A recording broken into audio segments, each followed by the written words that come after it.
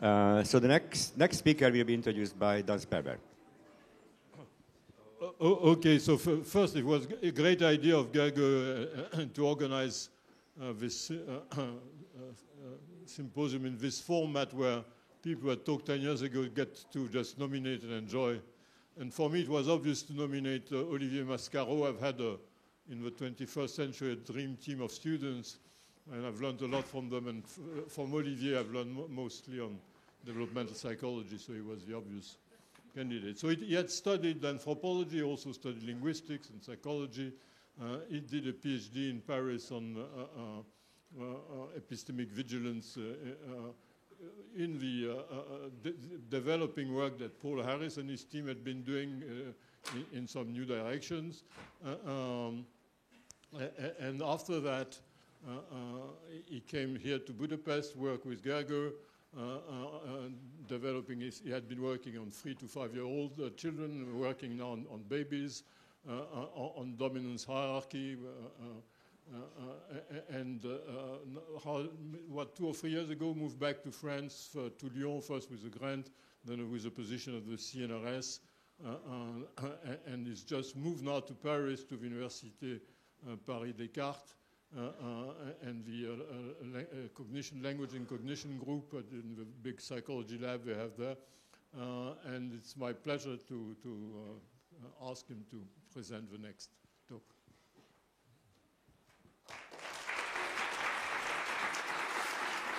Okay.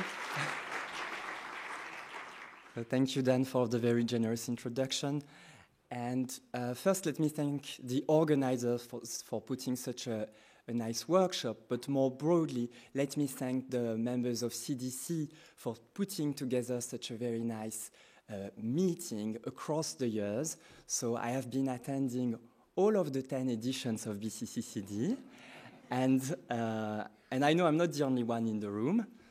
And it has always been a moment that I've been looking forward to at the beginning of the year. So thank you very much, Nagyon köszönöm. And also in the spirit of celebrating the Cognitive Development Center, the main bulk of the data that I'm going to present here has been collected here in Budapest, in particular in collaboration with Agnes Kovács. So her again, I don't know where she is, but... and the reason why I want to present this data is not so much that it was collected here, but also that I find it very exciting, and I hope you will share the excitement. So I'm going to talk to you about the early ontogeny of trust in communication, and let me start by saying that we humans have very strange beliefs. So I think that most of you would be willing to accept that light is both a wave and a particle, or that, for example, there are invisible entities around us, such as molecules of oxygen or bacteria, and that those invisible entities can have a dramatic impact on our health. Or perhaps that Napoleon was an important historical figure and that his deeds contributed to shape the history of Europe. Now, what is remarkable about those ideas is not so much that they are counterintuitive, but that if pressed to justify them, the only answer that most of us would be able to provide is someone told me so. I heard about it. I read about it. And so the mere fact that a piece of information has been communicated to us may seem like a fragile justification, and yet it supports the acceptance of pieces of information that can radically challenge our initial intuitions in a great variety of domains. So of course in the scientific domains, but also in the historical, autobiographical, moral domain, and so on and so forth. And this reliance on communication is not just important for the transmission of very baroque beliefs, but actually, as many people in the room have argued and demonstrated, it is one of the central pillars of human learning. So in this presentation, I would like to look into the early ontogeny of this disposition to trust communicated information. And when I talk about trust in communication, I mean the disposition to endorse what is communicated. And I'm going to focus more specifically on trust in testimony, so namely situations in which the informant doesn't give any other reason to believe what she communicates other than the fact that she communicates it. So I leave aside situations of argumentation and reason giving. So philosophers have long noted that human learning was strongly based upon learning from communication, and they have developed views that led to what may be perhaps the most famous developmental hypothesis in Western philosophy. So on the one hand, views that can be traced back to David Hume posit that trust in testimony is derived from our observation of the veracity of human testimony and of the usual conformity of facts to the reports of witnesses. In other words, in this view, by experiencing that communication has been reliable many times, one may develop a disposition to trust communicated information. A view that is classically contrasted with a proposal that is typically associated with the Scottish philosopher Thomas Reid, according to whom there would be an innate principle of credulity, a disposition to confide in the veracity of others and to believe what they tell us, that would be unlimited in children and then would gradually decline as we encounter instances of deceit and falsehood. So these two views may seem rather extreme nowadays, but they make very contrasted predictions. One predicts that trust should increase during the first years of life. The other one predicts that trust should decrease during the first years of life. And so the main goal of my presentation will be to address this theoretical divide by looking directly at the developmental trajectory of trust during the first years of life. And I would like to give you reasons to believe that the Humean hypothesis, or the hypothesis inspired by Hume, might be correct. In a nutshell, the argument starts from a platitude, namely the idea that as they become older, children become better at interpreting what is communicated to them. They have more knowledge about the language and the communicative conventions of people around them. And this should yield a higher confidence in their interpretation of speakers' meaning. And also, they should gain more information about the reliability of speakers. These two factors jointly contributing to an increase in trust in communication. So just let me give you an illustration of this.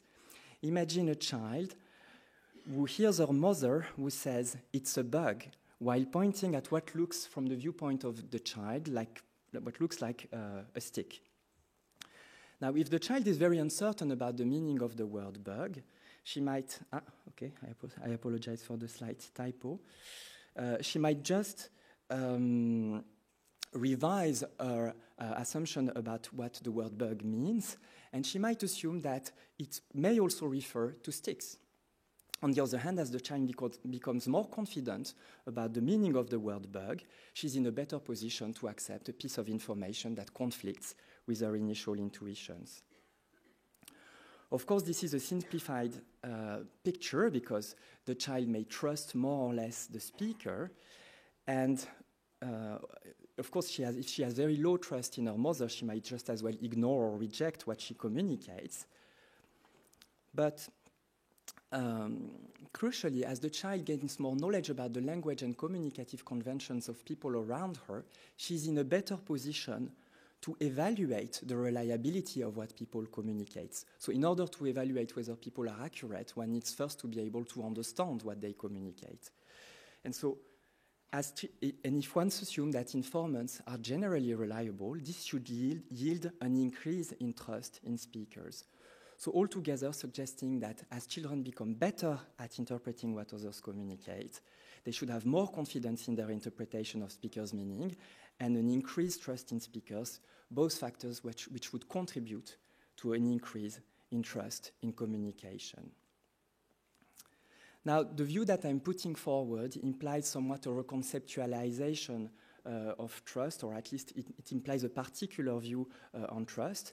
I think a classic view that is found in lay characterizations of children's trust, but sometimes also in the literature, is that it stems from a form of cognitive immaturity, a lack of capacities to evaluate information or informants that would yield a form of credulous acceptance. In contrast, the view that I would like to develop here is that trust is in fact an active process that is relying on positive evaluations of communicated informations, and in particular forming positive expectations about the accuracy of communicated information from infancy onward, and that these positive evaluations are indeed the basis for trust in communication. Now, in the literature, there are reasons to believe that this picture might be correct. First of all, and here I will be very, very brief in reviewing the literature on trust in testimony for the sake of having time to present some studies, but we know, first of all, that from late toddlerhood and early preschool age, children have a strong disposition to trust communicated information. They would accept communicated information that conflict with their initial beliefs. They may maintain their trust in informants who have been mistaken and deceptive in the past. But this strong form of trust coexists with capacities to evaluate information, and this has been demonstrated time and time again by studies showing that young children and even infants can preferentially learn from the most appropriate informants. For example, they preferentially learn from informants who have been accurate rather than inaccurate in the past. Now, these capacities to preferentially learn from one informant over another imply some capacity to evaluate the accuracy of information. What I'm claiming here is that these capacities to evaluate the accuracy of information are also the underpinning factor behind children's strong trust. So with this presentation, I would like to convince you broadly of three things. First of all, that a smart form of trust emerges early, from infancy onward, and that it broadly maps onto classic characterization of truth in philosophy. That this smart trust, instead of decreasing during the first years of life, actually increases such that toddlers are more trusting and not more skeptical than infants. And that this trust, and I would like also to convince you of the fact that this trust is anchored not in specific communicative actions, but rather in communication in general, so in the recognition of a communicative episode that can be achieved by infants through the recognition of ostensive signals. And then, if I have time, I will go also into the way this form of smart trust might in turn contribute to guide children's interpretation of what is communicated to them. So let me first turn towards the emergence of smart trust and two classic characterizations of what it means to be accurate for a piece of information. First, expectations of coherence. So the view that for a proposition to be coherent with a specified set of other propositions is to be true, is a classic view of truth in philosophy. And without going into much details about this, I should say simply that as adults, we do indeed anticipate informants to be coherent, and in particular in argumentative context, we would find it very strange for an informant to maintain in good faith two contradictory assertions. That is, if the informant has noticed the contradiction between the two contradictory assertions. In short, we assume that a single informant is unlikely to maintain contradictory assertions, that is, assertions that co-refer to the same state of affairs, while having mutually exclusive contents. And by mutually exclusive, I mean that they cannot both be true at the same time. Now, this expectation of coherence is not just used in argumentative context, but we also rely on it to interpret what is communicated to us. So imagine two speakers who provide contradictory assertions. One says, "The cat is on the sofa." The other one replies, "No, the cat is on the mat." Now, it's perfectly fine for those two speakers to maintain contradictory assertions, presumably because they can have two different beliefs about the location of the cat. Now take the same two utterances, the same situation, but with a single speaker only. The speaker says, "The cat is on the sofa," and later says, "No, the cat is on the mat." Now, in this case, because we assume the speaker to be coherent, we assume that she no longer warrants that the cat is on the sofa, and rather she only warrants that the cat is on the mat. Why? Presumably because she cannot maintain contradictory beliefs about the location of the cat. She cannot believe the cat to be both on the sofa and on the mat. That is, if you grant that the mat cannot be on the sofa. Now, we wanted to test for 15-month-olds for young infants, we wanted to test this kind of expectations in young infants, and we tested 15-month-olds because they had to be able to search for objects in our paradigm. And so we use a simple search paradigm. First, participants engage in simple familiarization trials in which a toy is hidden in one of two containers, and then the informant points towards one of the two containers. So this is just for the child to learn that she has to pick one object and that she can be informed by the adults. And then we have two conditions. In the one informant condition, a single informant is producing two contradictory pointings in a sequence. She first points towards location A, and then later on points towards location B. So in this situation, if infants assume that the agent, by producing two sequential contradictory pointings, no longer warrants that the object is in the first location she pointed at, but rather is in the second location she pointed at, they should go along with the second pointing. Now, if we look at the results, that's what we find in the one informant condition, participant. This is the percentage of participants following the second pointing, and this average percentage is higher than predicted by chance in the one informant condition. Now we contrast this with a two-informant condition where everything is the same, but the two pointings are produced by two distinct informants. Now, given that the two distinct informants have been equally nice, equally reliable in the past, they have interacted equally with the child in the past, if the child assumes that these two pointings can remain contradictory, she has no reason to trust one more than the other. And that's indeed what we find. In this situation, in fact, compared to the one informant condition, the tendency to follow the second pointing is significantly reduced. Which does suggest that by 15 months of age, infants appeal to some expectations of consistency that guide their interpretation of communicative actions. Now let me turn to another classic characterization of truth in philosophy, perhaps the most famous one, the expectation of correspondence with reality. And it's an idea that has a very, very long history, but in very broad terms, it implies that truth consists in a relation to reality. So it can be cashed out in this way, namely the idea that what is asserted tends to correspond to what is the case. Of course, this assumption has a corollary that there should be a disposition to believe what is asserted. Now, to test for this expectation of correspondence, we adapted a design which was originally built to test for false belief attribution in preschoolers by Josep Kohl and Mike Tomasello, in which infants again have to find a toy hidden under one or two buckets. And what we did in this situation, we created a situation in which the participants had to choose between trusting their past perception or trusting communication to evaluate how strongly they were likely to assume that what was communicated would correspond to reality. And we tested two age groups to look at the development of this form of trust. So first we had a warm-up session where the toy was visibly hidden under one of two buckets, and then the informant was pointing towards the correct location of the toy. So this is just for the children to learn about the game again. And then we have three types of trials.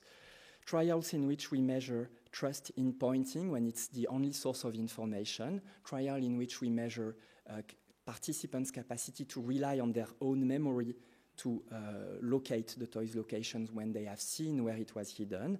And a test situation where we pit pointing versus memory. So in the pointing, the trials designed to measure only trust in pointing, there is a hiding behind an occluder, and then the informant is pointing towards the correct location of the toy. In the trials designed to measure memory for the location, the capacity to remember the location of the toy is hidden behind an occluder, the buckets are swapped, the toy's location is revealed so that the child sees where the toy is hidden, and then she gets a chance to pick up the toy. And I should say that in this study and in the subsequent studies that I'm going to present, all age groups managed to to go along with the communicative action when it was the only source of information. They managed to remember the location of the toy and find it accordingly. and we did not find any developmental effect on those measures. So now I'm going to focus only on what happens during the test situation, in which we pit participants' memory against pointing. So again, in this case, the toy is hidden behind an occluder, the buckets are swapped, the toy's location is revealed, and then an informant is pointing towards the empty bucket. And we manipulate as well the belief of the informant. She may be either present when the buckets are swapped, or absent when the buckets are swapped. So she may either have a true belief or a false belief about the location of the toy. So to show you how this looks like, so you have a hiding. So first experimenter is hiding the toy behind an occluder, and then she explains that her phone is ringing, that she has to answer. She leaves the room. A second experimenter is swapping the bucket's location. She reveals the toy's location. So the child has seen where the toy is hidden. And then the second experimenter comes back, and she will point according to her false belief, and the child has to choose whether to trust what the informant communicates or her past perception. So this is a 15-month-old participant. Actually, this behavior of checking for the toy inside the bucket is extremely frequent, so it's not just this particular child.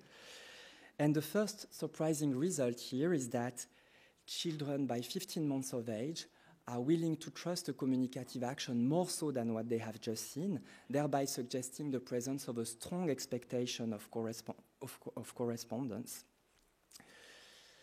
So here in blue you can see the percentage of trials in which participants at 15 months of age follow pointing.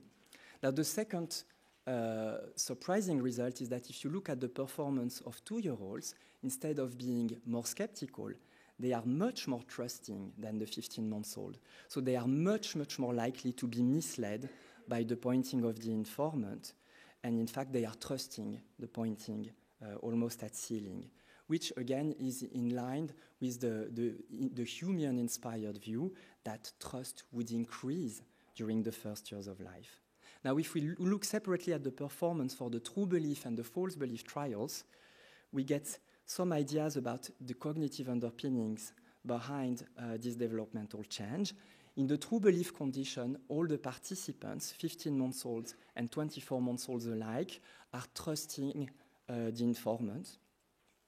And it's only in the false belief situation that we observe a significant development of trust, thereby suggesting that perhaps what emerges during the first years of life is a presumption of competence that is gradually overriding the recognition that the informant is not, the adult is not well informed in the false belief condition.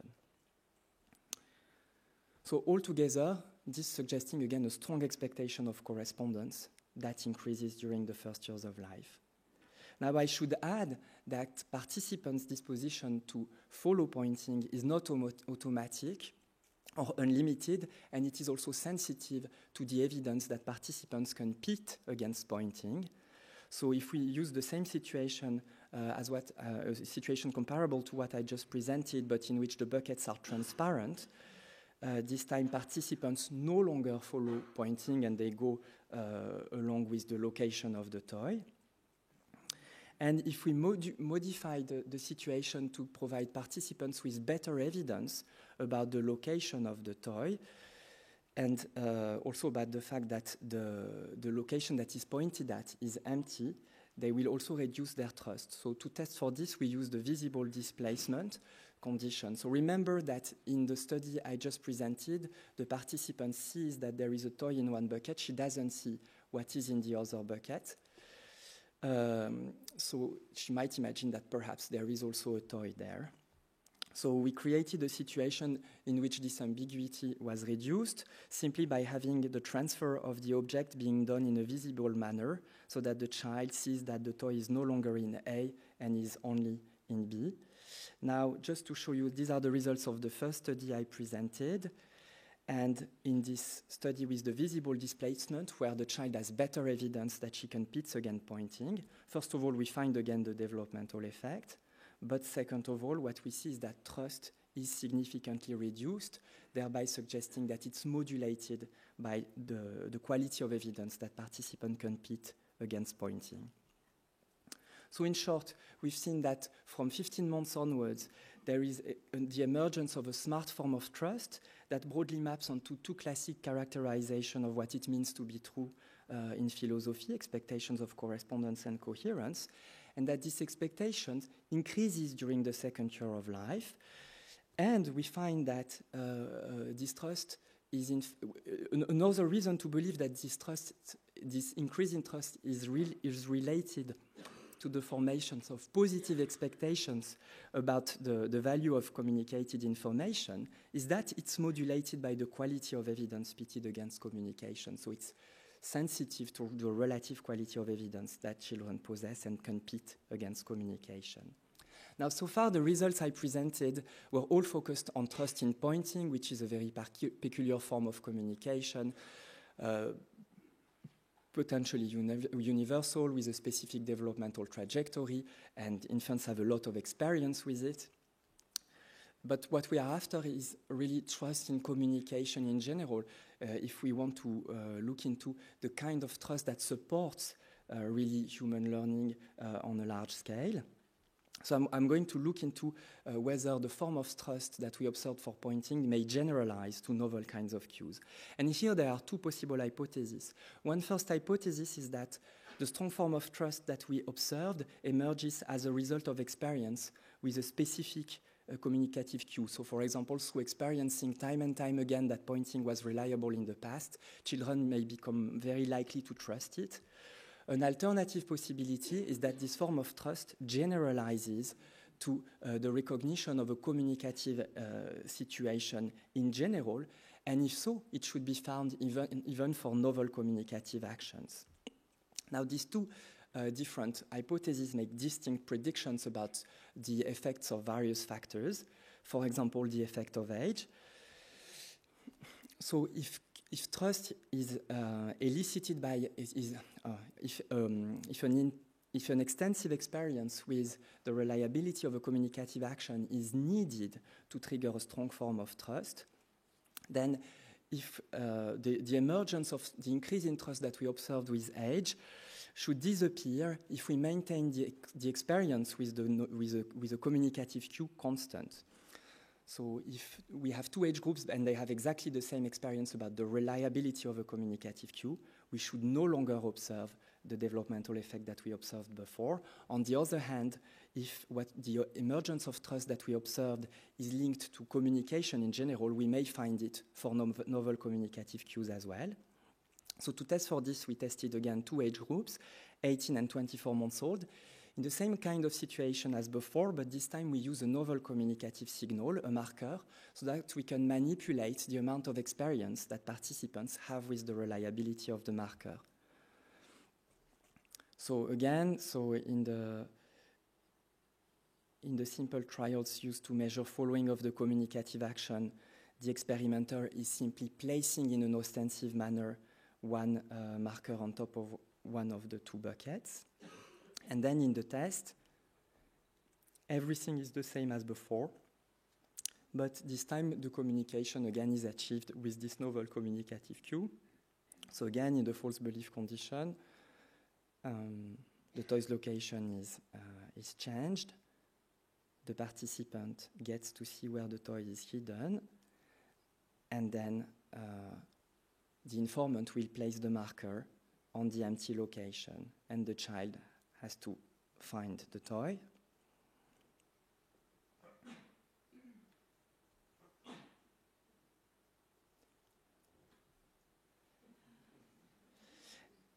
So if we look at the results, what we can see is that we observe the same developmental effect as before. So even though experience with the novel cue is kept constant, trust in this novel cue increases with age, which does suggest that it is indeed a form of trust that is anchored in the recognition of communicative situation in general that develops with age.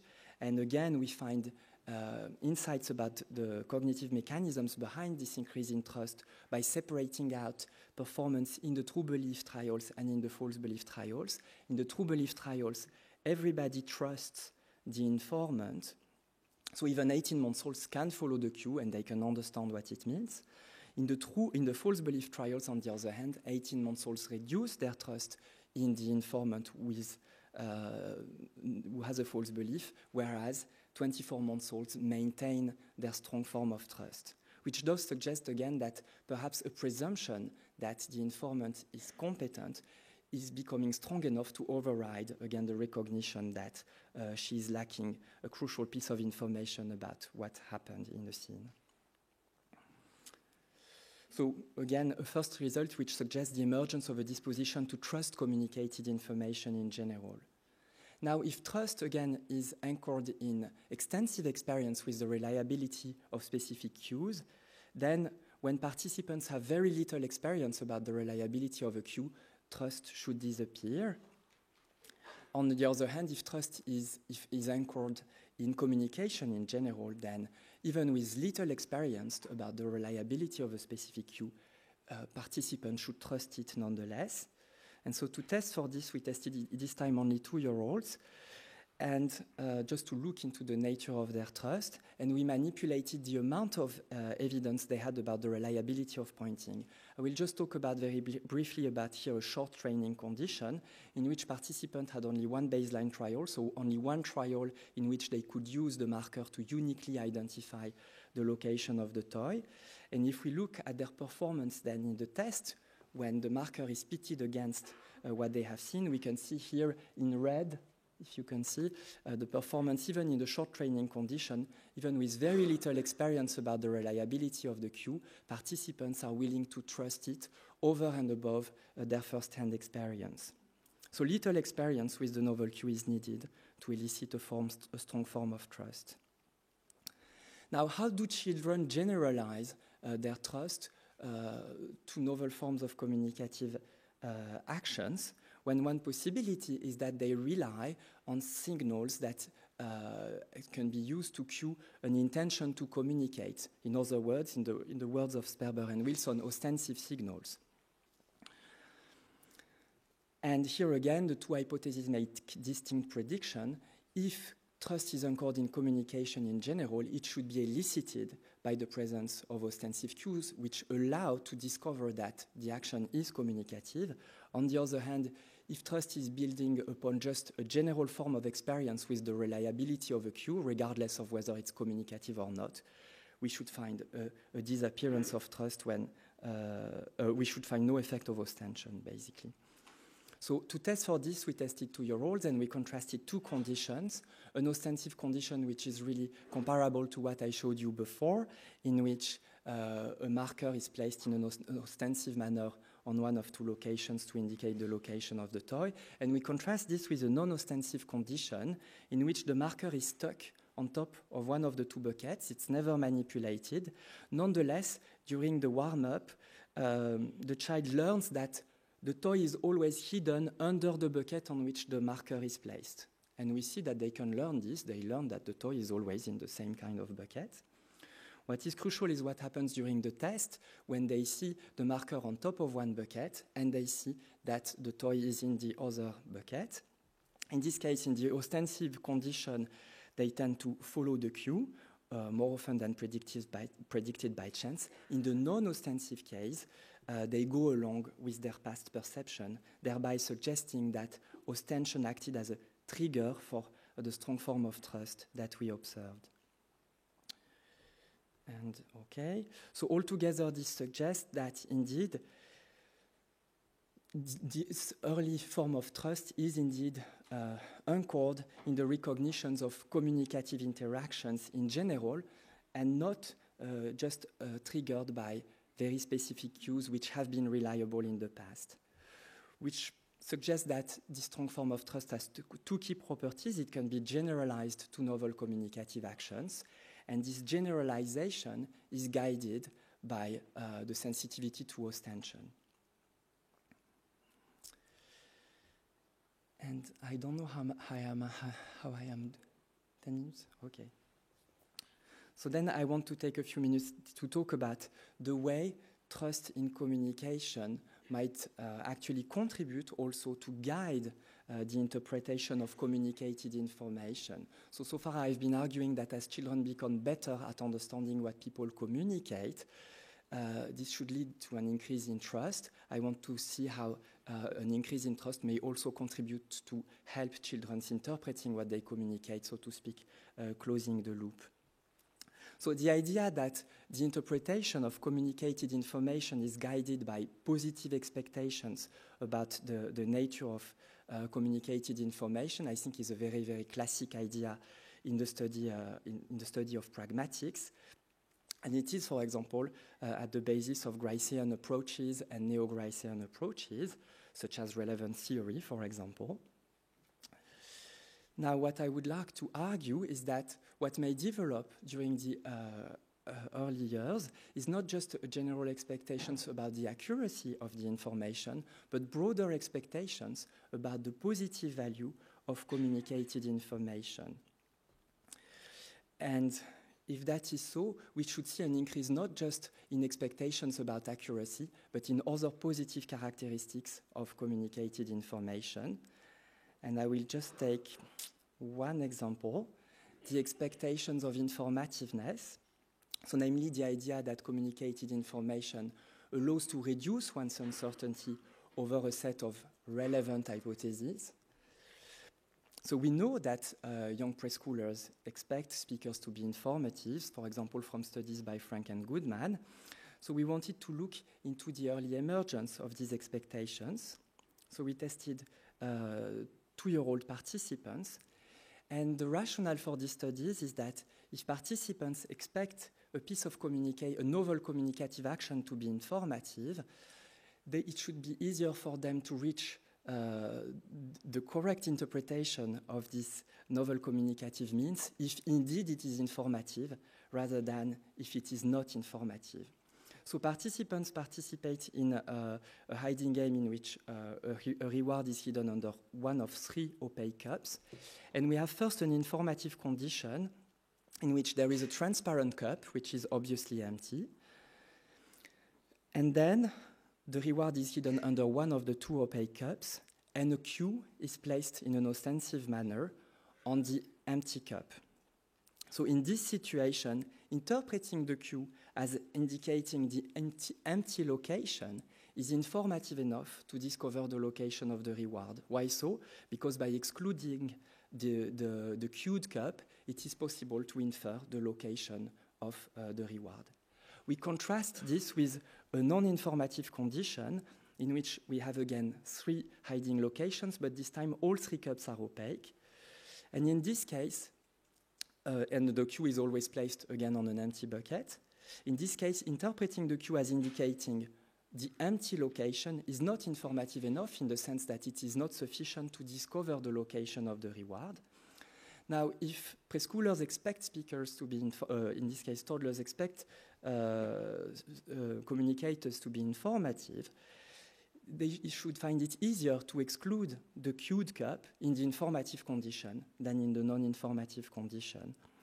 And that's exactly what we found. Here you can see the percentage of trials in which participants follow the marker, and they are less likely to follow it in the informative condition than in the non-informative condition, thereby suggesting that they are more likely to reach for the interpretation of the marker as cueing the empty location.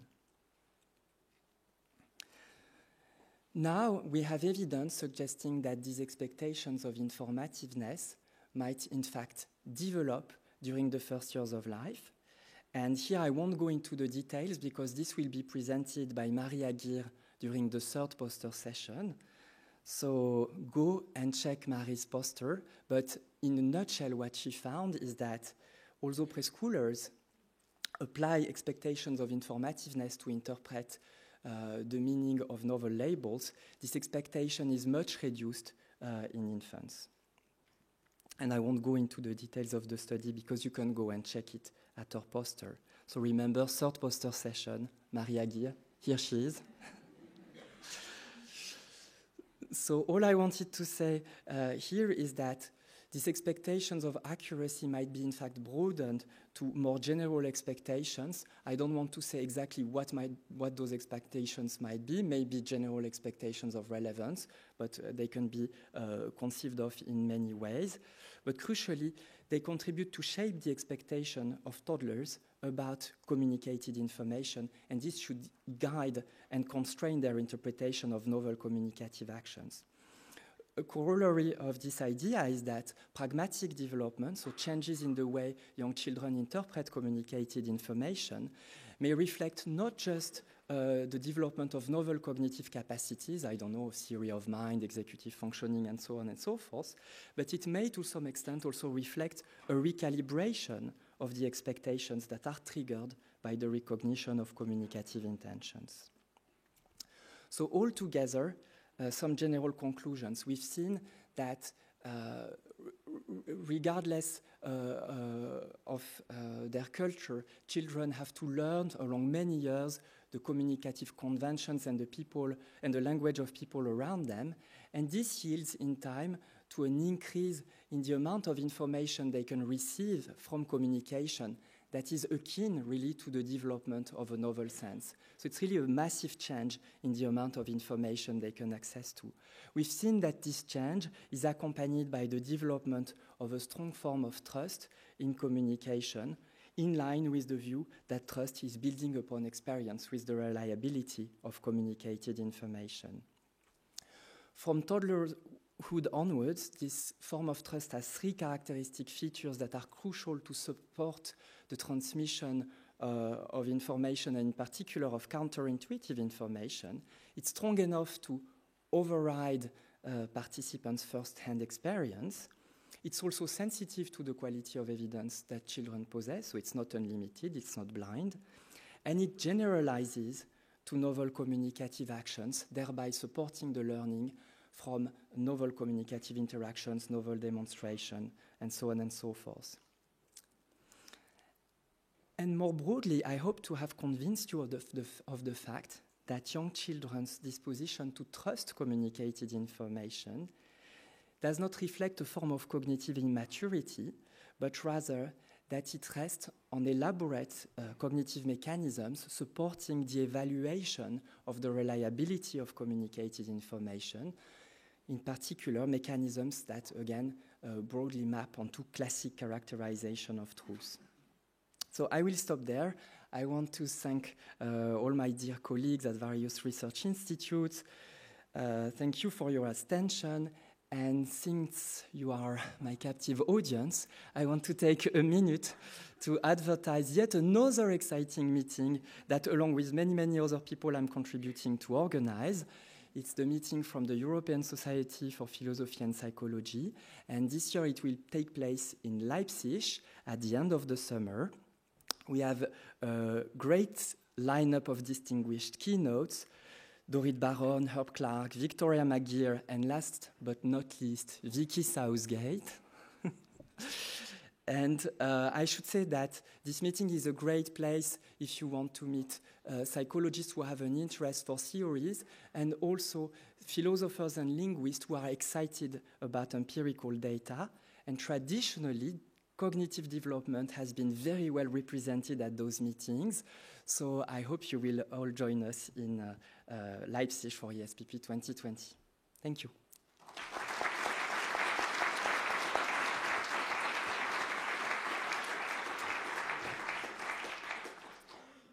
Here.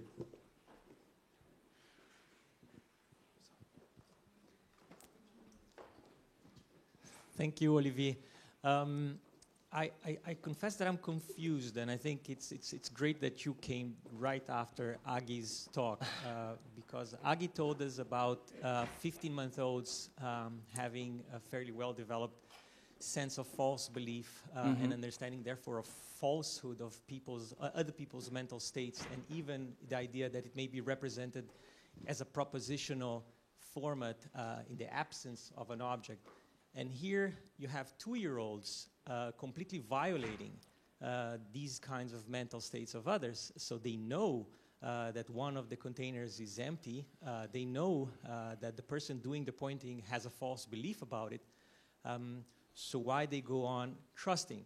And here is one question that follows sort of that integration, I suppose, which is, you mentioned that pointing can have many functions, one of them being referential, and that's the most problematic communicative function in respect of violating the state of the world versus the mental state of the person doing the pointing.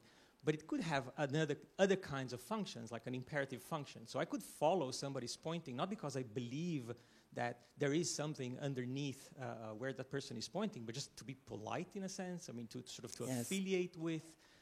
So that's sort of a follow-up question. So 2 answers. So first, let me address the issue of imperative interpretations of pointing. So we see that they no longer follow the pointing when the buckets are transparent. We see that their following of the pointing is reduced when they have better evidence that they can pit against the pointing. I think this is not consistent with the view that they just want to please the experimenter. But I agree with you that pointing has many, many functions, and we really wanted to take this into account. The second thing about the beliefs, the idea here, precisely, I share the viewpoint of Aggie in the sense that, okay, 2 things. First of all, I'm not claiming that we necessarily demonstrate any understand or test any understanding of belief in this specific paradigm. All we wanted to manipulate was whether the adult is well-informed or poorly informed. And in this respect, I think there is a much wider agreement about the fact that even infants might be sensitive to the level of informedness of agents. But the idea here is that in 2-year-olds, the expectation that communicated information is reliable is strong enough to override, in fact, the mechanisms supporting the attribution of a false belief. So there is a presumption of competence that, so to speak, overrides this. If you look at the results here for the performance on following the novel cue, you can see that in the true belief condition, everybody follows the cue. But what happens, I did not put this on the graph, is that the following of the cue is significantly reduced in the false belief condition for the 18-month-old participants. So they do take into account the belief of or let's say, the level of informedness of the adult. And this sensitivity is, so to speak, washed out by trust in older participants. Thank you very much. Really, my question was this question. So let me just specify and ask your opinion about, so it's a follow-up if you want. And you can see it in 2 ways. Let me just phrase it in 2 ways. There are 2 different questions, but they're really the same. The first one is, okay, communication, you presented it as it were one-way direction, but in fact we know that that's not the case, right? So there is a point in which kids should tell the informer, look, you are wrong, right? And therefore they should figure out that they themselves are a source of communication and they can give better communication than the one that is being provided to them and correct.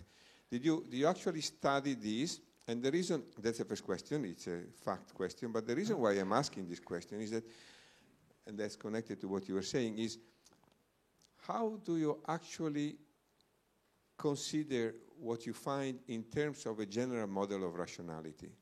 Because after all, yeah, okay, communication is very nice, I should trust you, but I shouldn't really trust you very much. I mean, I'm Italian, so I know that you shouldn't trust very much.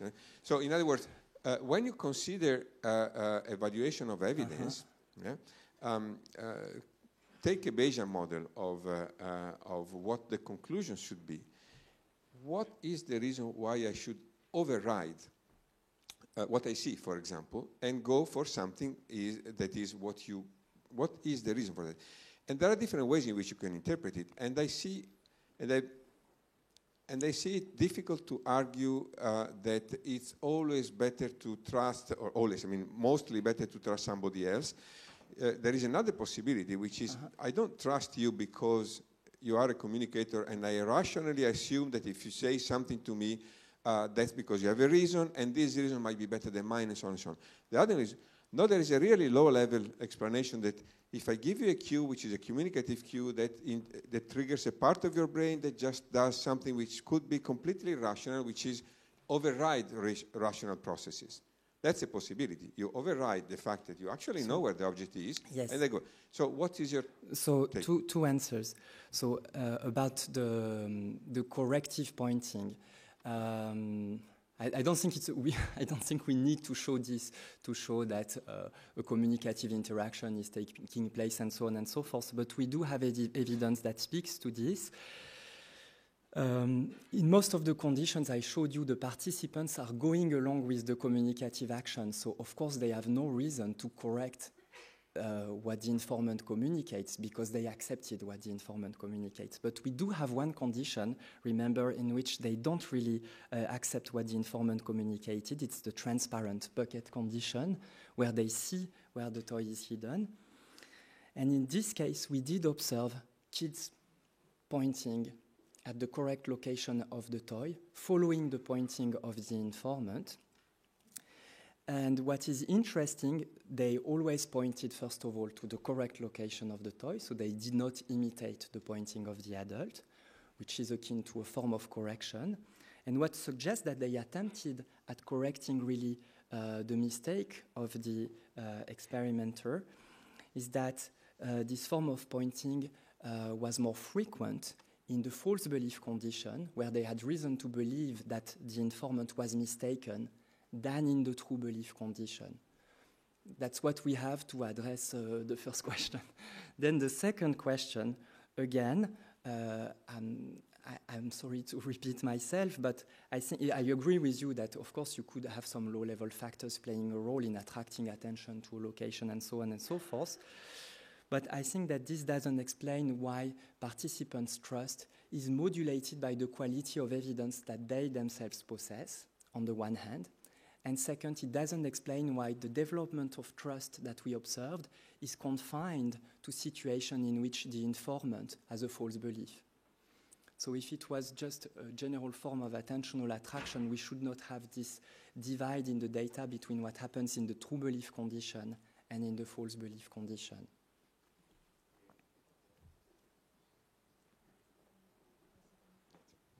Thank you so much. I share your excitement about these studies. I think they're super cool.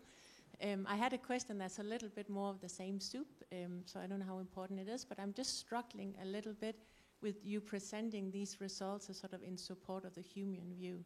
So it seems to me there's a little bit of a tension in the argument, trust develops because we keep on noticing that people's testimony is in accordance with reality, because what you're showing is that they override what they know is the case, and that this develops, is actually stronger among the 24-month-olds, right?